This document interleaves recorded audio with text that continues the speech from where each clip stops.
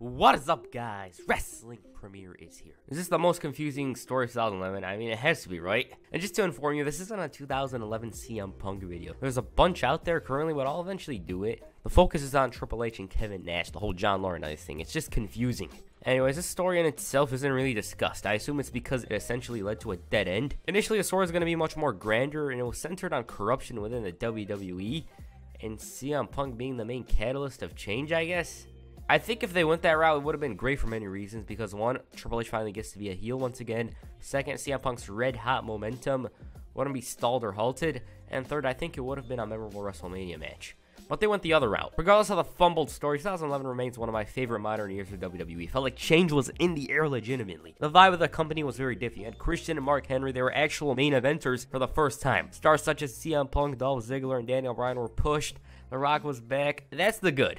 I can acknowledge the bad, but for me, the positives outweigh the negatives, although the negatives were very huge. So yes, Triple H, Kevin Nash, the whole I'm your friend, the NWO music, all that. Right now, let's get into it. In 2011, WWE was undergoing change. Triple H was made the COO in kayfabe, and honestly, the product felt like it was going to evolve into something else. Vince used to appear every couple of months before July of 2011, but afterwards, he was only around to fire or strip superstars of their titles. He did come for other reasons, but he wasn't appearing on TV as frequently as he did in the past. In kayfabe, it seemed like Triple H was calling the shots from here on. As for how this story began, let's go back to SummerSlam of 2011. As you may know, CM Punk and John Cena were set to defend their titles in the main event. Match itself can't say anything bad, but the one thing lingering over it was the fact that Hunter himself was the special guest referee. Also, it felt like something was going to happen during that match. Stephanie McMahon was seen in the arena before the main event, so there was some intrigue into the results of the main event. Anyways, the results of the match was pretty controversial. CM Punk had hit a GTS on Cena and covered him. Hunter didn't notice Cena's foot on the rope, and he was screwed. Punk celebrated with the LA crowd. Triple H raised his arm in the air and left.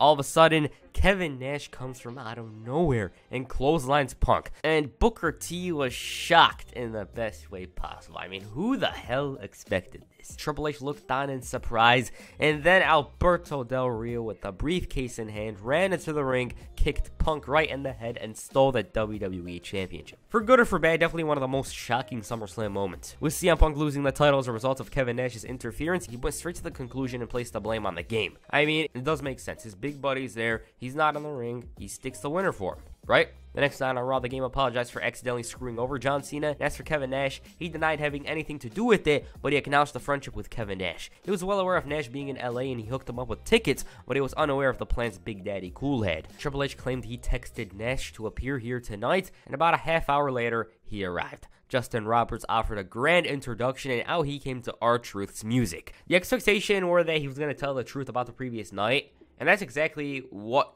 he kind of did. Diesel gave a recount of the events, and he claimed right before the main event, Triple H sent him a text.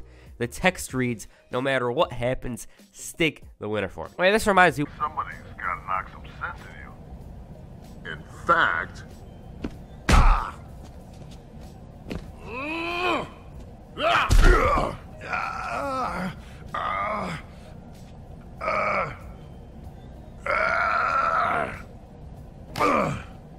forget this. I'm out of here. it's just so damn confusing, but it makes more sense in this storyline in my eyes. So basically, the stick the winner thing, it was business simply. It wasn't personal. Kevin Nash was just doing something for his best friend. This led to CM Punk coming out. He didn't believe an ounce of this. Nash was like, "I'd do anything for my friend. It's good for business." And Punk asked him a rhetorical question. "Would you jump off the bridge if Triple H said so?" The Second City Saint heard about everyone saying Nash is bad for business, but now he's seen it with his own eyes. Big Daddy Cool, on the other hand, warned Punk to just watch his mouth, and the former champ didn't back down at all. He even accused Nash of conspiring by himself, and so he responded asking if he wants to see the text. Punk, on the other hand, asked if Nash would like to see a text from his little sister. You know what the text reads? You guys probably already know. Kevin Nash, WTF, thought he was dead, LOL. Basically, Kevin Nash wasn't dead, but his career was. That's exactly what the text meant. Punk was very angry at the events of last night, and it was clear in his mind that Triple H was bringing in his cronies. Nash continued his insults towards Punk, and I don't know what he's trying to say, it was just confusing. But CM Punk struck again, asking Nash, what do you know about main eventers? I mean, you said Eddie Guerrero's a vanilla midget. Oh yeah, I remember that. Punk said that it ain't 1994 anymore, and Nash wanted credit for changing the business with guaranteed contracts, claiming that if it wasn't for him, Punk and others wouldn't collect money while being away or something like that. Punk continued making fun of Nash's ring names, Oz, Vinny Vegas, but he got serious for a moment. He was like, "I want to fight you," basically. That never happened because security got in the way, and so he was going to go and get an explanation of this controversy from the COO himself. I'm not going to lie, but CM Punk, he basically embarrassed Nash. Like, Punk's making fun of him the entire time, and Nash is just trying to explain the text message. It was just sad. Meanwhile, John Laurinaitis and Kevin Nash were discussing something in private. The following week, Hunter once again tried denying his involvement with the events of SummerSlam. He spoke with Kevin, and the belief in his mind was that all was in the past, but he wanted Big Daddy Cool to come out and assert this statement. And he still claimed to have received a text, but he believed what Triple H said. Like, I'm not involved, I don't have anything to do with this. Nash's problem was with CM Punk. The COO wanted to cool down the situation as he didn't want to fight in the arena. Sure, they can fight at Tim's Horton, sure they can fight during a ravioli dinner, but not here. And out came CM Punk. His positioning on this whole thing was the same as it was last week. Big Lazy and Hunter are in cahoots. Another theory of his was Stephanie McMahon. Punk was also fed up with Nash and it was gonna erupt at any moment. Hunter's trying to play peacekeeper, but the former champion wasn't having it. He asked, like, why are you so damn scared of me being champion? He wasn't sure if it was Big Sexy or his bean-headed wife that runs things around here. Triple H obviously responded to the statement, but Punk made jokes about his wife and Nash clocked them. And then in the back, Triple H was reminding Nash that he can't put his hands on stars because he isn't signed to a contract. Big Daddy Cool was under the belief that Triple H within 4 weeks has changed. Then later in the night, Big Johnny informed the game that Nash was involved in a car accident. He rushed to a hospital, medical facility, and that news ended up being false as by the end of the night, Nash came out and cost CM Punk his #1 contenders match. As expected, Triple H was upset with the lies and had enough. CM Punk, on the other hand, it's all coming together for him. I mean, it's so damn convenient that Triple H left the building when he lost his title opportunity. Kevin Nash made his way out to the ring and he admitted that he lied about the accident. Why? Because he wanted to settle things with Punk. That's why he got rid of him. Big Daddy Cool reminded the COO that this guy has been insulting him and his wife and even questioned Triple H's manhood. It was clear that Hunter was still angry with the lies and he couldn't trust his best friend as he previously did. He even asked him to leave, but Nash's response, yeah, you're right, I lied. But only about the car accident, and he informed everybody that Johnny Ace signed him to a very lucrative contract. So if he's getting fired, he's got to get paid because it's guaranteed. Triple H wasn't going to fire his best friend, but he refused to accept any more lies, and this led to Punk regurgitating. The whole thing was still an act in his eyes. And he's like, so the click's back. Click is also the noise that the fans make to flip the channel. The same sound Nash's knees make every time he walks. Oh my god. He responded to this with a challenge. Kevin Nash versus CM Punk. Punk was more than eager to have that match, but Triple H has got to check with the board of directors, correction, his wife. And then he told Triple H that he's not the one that wears the pants in the family. He wears the panties.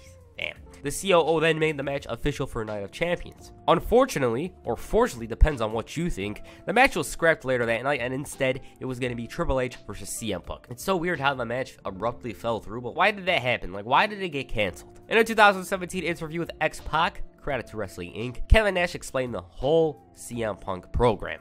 Note, the word going around back in 2011, September 2011, was that Nash wasn't clear. He had a little heart issue and so he didn't pass the medical. Another theory is that there was a movie going on and he left. And the third theory is that he refused to put over Punk and he used that as an excuse.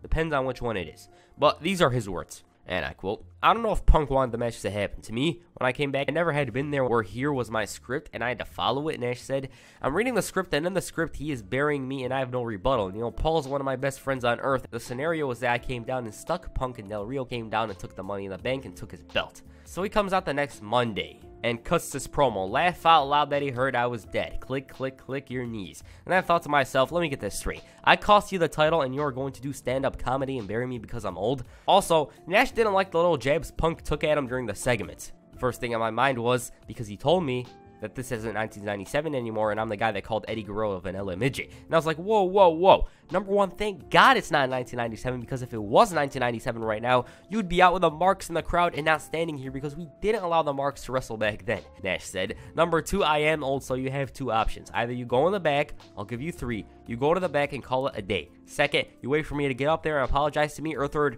off script, let's see what you got. I would have loved to seen what he would have done if I just went up and bear clawed him right in the face. But Paul was the boss. What do you guys think of this? Do you agree with Nash? Disagree? Anyways, Nash's involvement in the Triple H and Punk story was starting to be detrimental in the COO's eyes. Like, it was causing chaos in the WWE. So one night, Triple H revealed that he had to look in the Staples Center security cameras. Coincidentally, Nash entered his office the moment the text was sent, and so Big Daddy Cool sent the text to his own phone. He admitted it and claimed that his return made WWE cool again, and he wanted a decision on who's leaving the company, either him or Punk. Hunter basically chose Punk over his friend because he's tired of the lies. Nash whined about this, I'm your friend. I made the WWE cool again. Are you kidding me? I'm your friend. And he mentioned a little push from that contract signing the previous week and asked if it was about that. And even if it was, he asked if Triple H was going to do something about it. Nash was basically asking for it at this point, and he got what's coming to him. And he was fired. He's gone. At Night of Champions, Kevin Nash made his short-awaited return. This was after The Miz and R-Truth interfered during the Punk Triple H main event. As you may know, Triple H was in a must-win situation because if he loses, he's no longer COO, and that's what Awesome Truth wanted. They had failed and decided to let their aggression out on the referee. Then John Laurinaitis came out, and it was very clear that he had an agenda. He didn't want to get the referee into the ring because he wanted Triple H gone. Then Nash made his way out there and tried to hit the powerbomb on Hunter, but he was unsuccessful. He did hit out on Punk, however, but Triple H brought in the equalizer, and Nash was knocked out. Triple H then found a way to win the match, and Punk's buried, yada yada. That's a whole other story, but Punk, as recent as 2014, still resented Triple H for not putting him over when it mattered the most. Many believe that it was unnecessary for Triple H to come out and beat Punk, as it basically accomplished nothing except halt his momentum. But had the story continued to progress into something more along the lines of corruption, I think it could have gone down better. I think it would have gone down better had, Triple H eventually revealed that he was a part of this whole collusion, this conspiracy. Nash's interference was his call or something like that. Also, it's not like Punk got buried like Booker T or something like that, because he looked strong. He took 3 or 4 pedigrees. He took that jackknife. Shut up Triple H won? Hell no. If it was to advance the story, maybe. Meanwhile, Triple H had other issues to deal with. Since Miz and Truth assaulted referees last night, they were fined $250,000 apiece. But later that night, Triple H at this point, he accepted their apology, but he decided to fire them. They quickly retaliated, and was it justified? I mean, it kind of is, I guess, because he did accept their apologies and add to that, fined them about $250,000 each. They tried kicking his ass, but they were thrown out the building. They weren't the only ones frustrated with the game. They believed that there was a conspiracy within WWE, but realized Triple H wasn't a part of it. He still fired them, though. His reasoning for firing them, it was because of Night of Champions, but he selfishly fined them and got one more main event out of them. What? That's the most babyface thing I've ever heard. At this point, Triple H had this zero tolerance policy. Mark Henry was fined $250K also for assaulting JR and Jerry Lawler. Guys like Dolph Ziggler and Cody Rhodes were under the belief that they were treated unfairly, and he was laughing off their claims. He was forcing them to defend their titles in Fatal 4-Ways, Battle Royals, and Christian, he just wanted one more match. Captain Charisma was threatening to file the biggest lawsuit in the history of WWE, but he was willing to change his mind if he was given one more match. And this is my favorite part of this segment. So Triple H, he gives in to Christian's demand and gives him one more match against Sheamus. He gives in to his demand once more and gives him one more match against Randy Orton. And best of all, he gives him one more match against the WWE Champion John Cena. Booker T was loving it, and so was Christian. There was a smirk on his face, and he asked, "Is it for the title?" And Triple H says no. In other places, David Otunga was suggesting John Laurinaitis do something about this, and by the end of the night, Otunga had lined up a bunch of stars to file a lawsuit based on the grounds of unsafe working conditions. The 4 individuals were in, and it was only a matter of time before the list of people grew. The guys were plotting in private for something on Monday. The game was well aware of these meetings, but Big Johnny assured him that he's loyal, I'm by your side. At Hell in a Cell, things got way worse for the WWE COO. David Otunga was out trying to recruit superstars to join his crusade, and meanwhile, The Miz and R-Truth found a way into the locker room and attacked. Laurinaitis was to blame for the lack of proper security, and the fact that he was booking matches when he's not supposed to basically put him on thin ice. By the end of the night, all that chaos was nothing compared to what was to come. After Alberto Del Rio captured the WWE Championship for a second time, Miz and R-Truth found a way into the cell. For some reason, the cell was lowered back to the ground, and it was unknown who was behind this. Still unknown, by the way. The 3 men were stuck in there, the cameraman, the refs also, in the locker room emptied. They couldn't find a way in at all, and eventually the guys discovered a bolt cutter, and with all the anarchy, you'd expect Miz and Truth to fight, right? Wrong. They quickly surrendered. Basically, they're trying to escape unscathed. So that's what I think. But that wasn't to be. Why? Because the game, he physically retaliated. He whooped their asses. John Morrison and Alex Riley were laughing their asses off. And yeah, that's Hell in a Cell. I personally love that ending. I thought it was cool. They should have just followed up on it. I just wish they followed up on it because I really liked that one. The next night on Raw, a bunch of the disgruntled stars came out to complain about Triple H. Eyebrows were raised over the cell. Why was it raised and conveniently lowered when Truth and Miz found a way in? Meanwhile, John Laurinaitis suggested Triple H give the entire roster a chance to vote confidence or no confidence in the COO. At the end of the night, Triple H did just that. Every on-air personnel came out, or nearly all of them, from the refs all the way to the Divas. Everyone was there except for Randy, Cena, Sheamus, and Punk.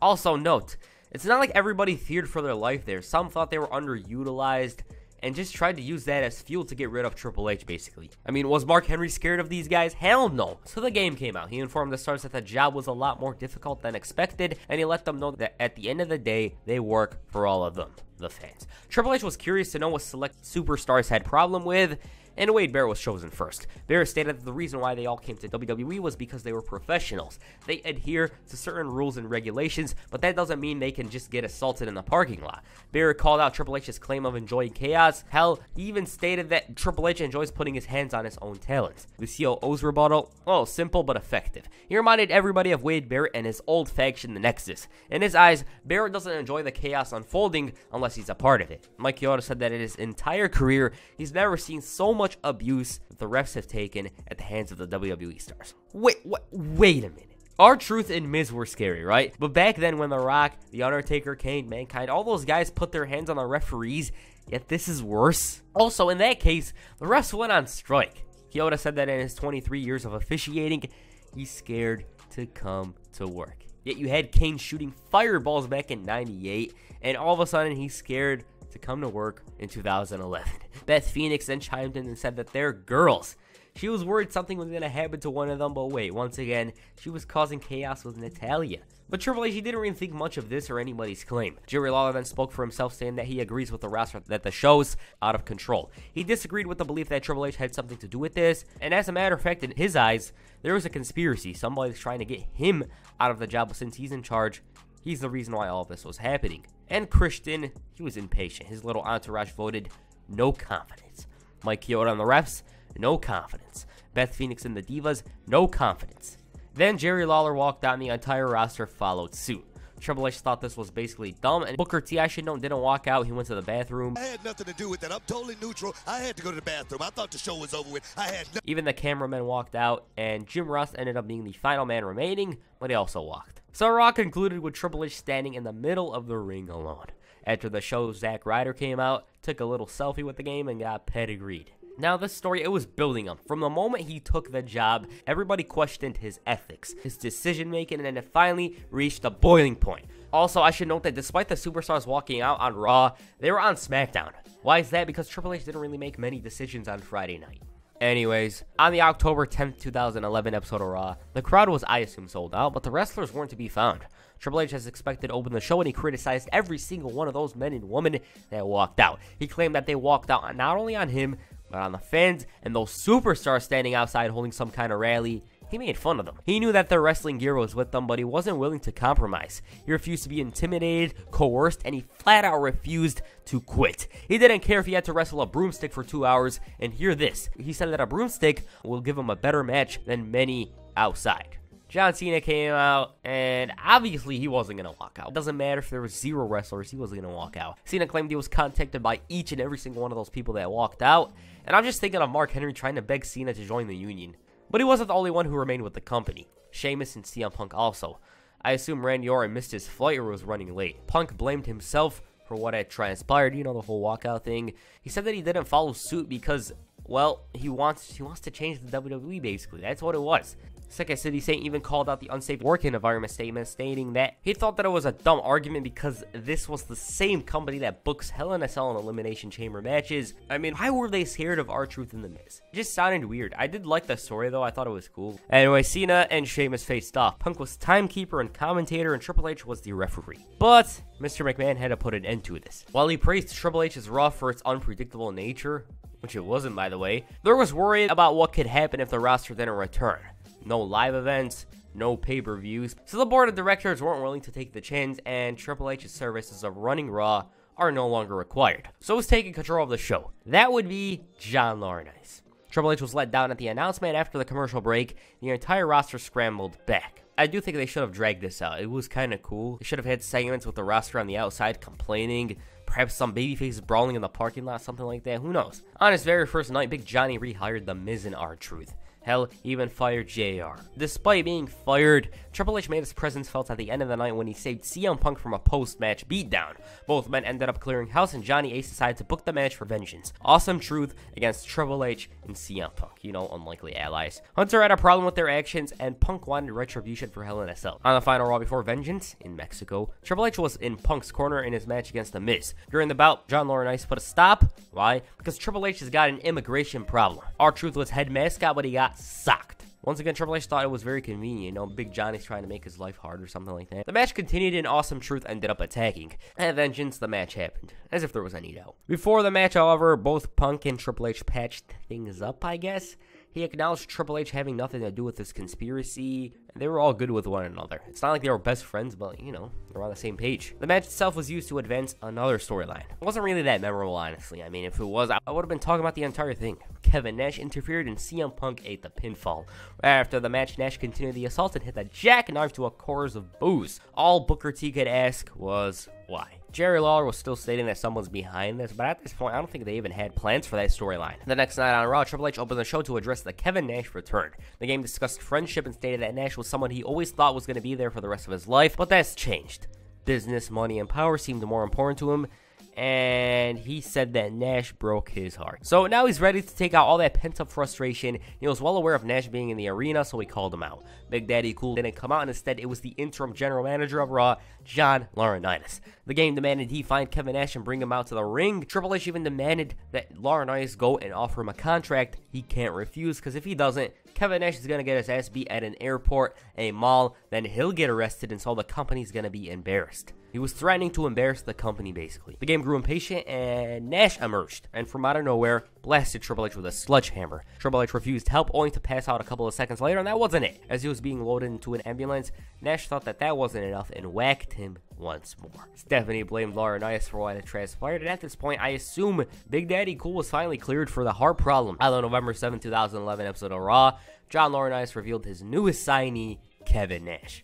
Once again, it was Triple H's request. He thanked Big Johnny for bringing him back, and he finally explained things. So he starts off with 1995. He sees this guy wearing slacks, and he's thinking, oh, I should bury this guy. But Shawn Michaels took a liking to him, and so he allowed him to be in his little clique. And yes, he won him over, and it developed into a real friendship. Fast forward to 2011, the Rumble. Nash, he gets the biggest pop of the night, so he asks his good buddy, hey, why don't we get the band back together? And no response. So that's why Diesel's mad, because Triple H is focused on the future. Nash took offense to this, and he believed that he still got it, and on any night, he can become world champion. And the moment the sledgehammer met Triple H's back, he felt good. He said that he could do it again, and that's what he did. He then ended the promo saying that that's how you play the game. Okay. Once more the following week, Nash booted Santino Marella before talking about the Rumble again. He shouted that he blew the roof off this building, because Raw was in Boston. And anyways, despite the pop, Triple H didn't have the business sense to hire him, but hey, he's here while Triple H is not. Then Santino got a jackknife. Once again, the week afterwards, Nash talked about Triple H, and I swear, if I hear the Rumble again, I'm ending this video. He spoke about Survivor Series and how MSG is pretty sweet to him. He won his first world title there, and this was the same place where he and 3 others put their friendship over the business, and 15 years later, he doesn't have a friend, he's got a boss, and if anything, it should have been him and Hunter against Rock and Cena, but now Triple H is broken and battered, and Survivor Series may have come and gone, but the real survivor of the group is himself. That's what he said. I personally thought the Rock and Cena statement was funny because it sounds realistic. Now, one thing to note is that Nash actually wrestled at live events. He participated in tag match main events, usually teaming up with The Miz and R-Truth. And yeah, he was just getting ready for his in-ring return on TV. On the December 5th, 2011 episode of Raw, Kevin Nash made his televised in-ring return. Before his match, David Otunga confirmed that Triple H is going to be at TLC, and he's going to face Kevin Nash in a ladder match. But it wasn't going to be a normal ladder match. A sledgehammer is going to be hanging above. Anyways, this match with Santino was a walk in the park. It was like those SVR training arena things, you know? On the final Raw before TLC, Triple H made his return. Before discussing Kevin Nash, he teased a sequel to the WrestleMania 27 match. And as for Big Daddy Cool, he thought that he should have finished the job earlier on. The game promised to bring down the hammer and ram it into Kevin Nash because he is right. And this Sunday, all the lies, all the deception is done. And this Sunday, he will show everybody that he is right. Kevin Nash is simply done. I don't know what that means. Now, I'm going to be honest about their match at TLC. It was way better than it had any right to be. Doesn't mean it was awesome. Not really. It was a bit too long. Hell, it was the second longest match on the show by only 20 seconds. But I can really appreciate the effort Triple H put in. It's baffling to think that 2011 Kevin Nash had a decent match on pay-per-view. They obviously couldn't rely on spots for well-known reasons, so they told a story. Triple H tried targeting Nash's left leg. Big Daddy Cool was after the back. I think some of you can see why it was decent, but then there are some of you that think it was trash, and honestly, I could see why. Like, this damn thing was slow as hell. Nash couldn't really do much. His knees, they were basically done here. And when I say it's decent, I mean the expectation was way worse beforehand. That's why it's kind of decent. They even did a table spot, which is shocking to think about. The game yanked the sledgehammer down. The crowd was cheering, and Triple H made good on his promise attacking with a sledgehammer. He barely got in a pedigree, and then afterwards, the fans chanted one more time. He grabbed the sledgehammer. Nash didn't have any last words, but he had a last sign, you know, the click. Triple H said suck it to the click and ended things. And so that's the match. I thought it was way better than expected, although you have your opinion. It was never going to click, no pun intended, because of Nash's legs. Triple H was able to perform at the level he previously was. Not 2000 obviously, but he was decent enough. He bumped around for Big Daddy Cool. Anyways, that's the whole weird conspiracy thing. It's so confusing. The original plans though were something else. In an interview with Pro Wrestling Torch, Kevin Nash revealed what was originally planned for the whole Triple H storyline. And I quote, it would have been Johnny trying to end around and me trying to say that Paul had changed because he was a blue blood now and he wasn't Click. He was in the McMahon threshold. We were going to get a Johnny Ace clique of guys to try to take over the company. That's when Vince would have gotten fired, and then we would have been after Paul and tried to take control of the company, you know, good storyline. Also, I should note that the anonymous general manager was originally going to be Mick Foley. It's weird, it's complex, it's confusing. Me personally, I'm the worst booker I know. I would have had the Punk and Triple H storyline dragged out, you know. I'd have them team up with one another and whatnot, and then in Survivor Series, they'd get like 3 other guys to team up with them against Nash, Awesome Truth, Del Rio, and another heel against Cena, Punk, Triple H, Orton, Sheamus in a 5-on-5 match. Then Triple H would turn on Punk and reveal he was the one who sent a text message or whatever, something like that. I think that would have gone down better because it would have led to a WrestleMania match between the two. And so yeah, that's the story. It's very confusing and it just fell through. Nash, if it wasn't for that Night of Champions thing, I think it would have gone down very differently. What do you guys think of this? Please comment down below. And that's it for this video. Make sure you hit a jackknife on the like button and perhaps the pedigree and the subscribe button. Peace, I'm out.